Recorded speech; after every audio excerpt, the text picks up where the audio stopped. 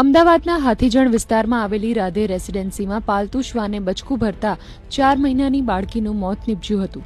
આ ઘટનાની તપાસમાં માહિતી સામે આવી છે કે આ શ્વાનનું રજીસ્ટ્રેશન ન થયું હતું। પોલીસે આ ઘટનામાં શ્વાનના માલિક સામે ગુનો નોંધ્યો છે। અમદાવાદ મ્યુનિસિપલ કોર્પોરેશનના જણાવ્યા પ્રમાણે શહેરમાં માત્ર 5,520 પાલતુ શ્વાનોનું જ રજીસ્ટ્રેશન થયું છે, જ્યારે શ્વાનોની સંખ્યા 50,000થી પણ વધુ છે।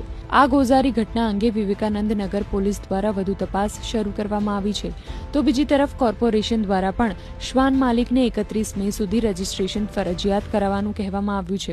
રાધે રેસિડેન્સી હાથીજણ સર્કલ પાસે મહેમદાવાદ ખાતે એક રોટવીલર ડોગના બાઇટના કારણે એક 4 માસની બાળકીની મૃત્યુ નિપજાવેલ છે। આ વિગતો આ પ્રમાણે છે કે આ જે ડોગ છે એનું નામ રોકી છે અને આ રોટવીલર બ્રીડનું છે।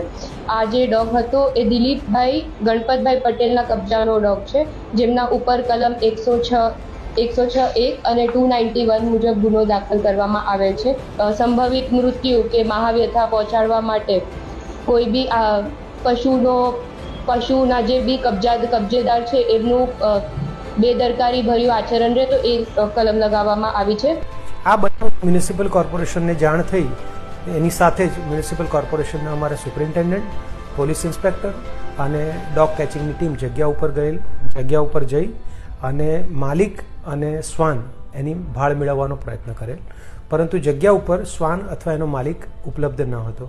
આથી નજીકનું જે વિવેકાનંદ નગર પોલીસ સ્ટેશન છે એ ખાતે જઈ અને આ પાલતુ શ્વાનના માલિકે રજિસ્ટ્રેશન નથી કરાવ્યું, પેટ ઓનર્સ તરીકેની જવાબદારી નથી નિભાવી અને અન્યને નુકસાન થાય એ રીતે જે ખુલ્લું છોડેલ છે એવી વિગતો સાથે લોકલ પોલીસ સ્ટેશનને એની જાણ કરવામાં આવેલ હતી।